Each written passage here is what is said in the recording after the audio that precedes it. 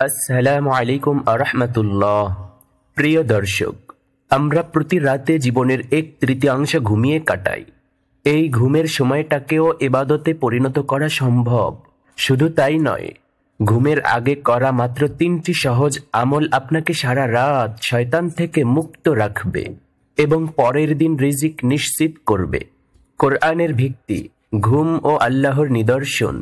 আল্লাহ তাআলা নিজেই ঘুমকে তার বিশাল নিদর্শন হিসেবে উল্লেখ করেছেন।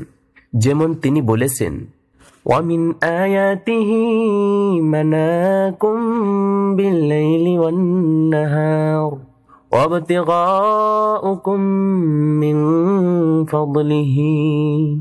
অর্থ, আর তার নিদর্শনাবলীর মধ্যে রয়েছে রাতে ও দিনে তোমাদের ঘুম এবং তার অনুগ্রহে সন্ধানে তোমাদের চেষ্টা। সূরা রুম আয়াত নাম্বার 23। এই বিরাট সময়টি ইবাদতে কাজে লাগানো উচিত।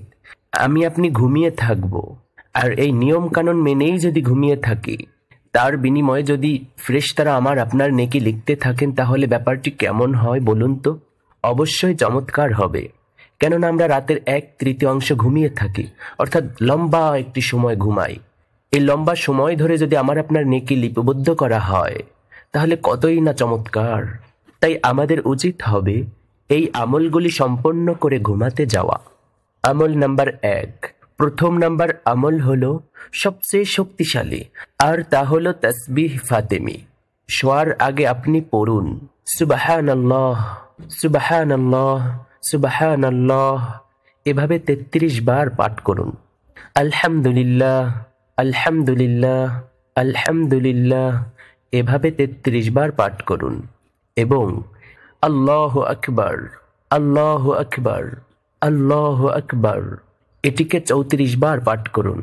রাসূলুল্লাহ সাল্লাল্লাহু আলাইহি ওয়াসাল্লাম বলেন, এই আমল দারিদ্রতা দূর করে। সহিহ বুখারী হাদিস নং 5362। দ্বিতীয় আমল হলো যা শয়তানের অনিষ্ট থেকে সম্পূর্ণ সুরক্ষা দেবে।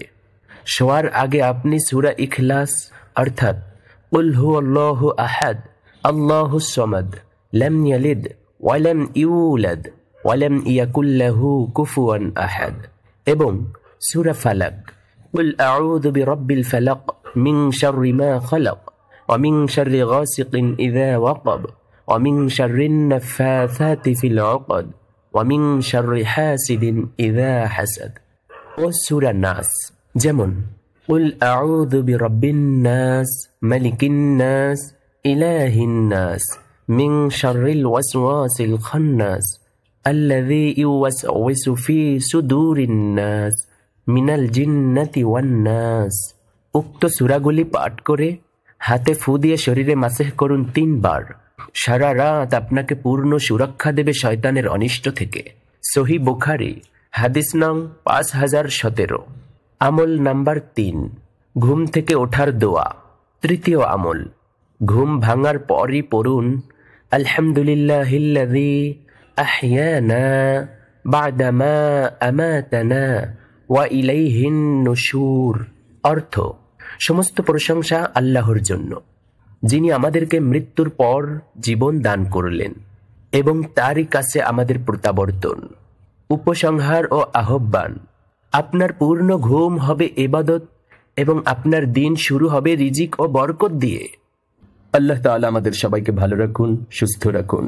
আসসালামু আলাইকুম ওয়া রাহমাতুল্লাহ।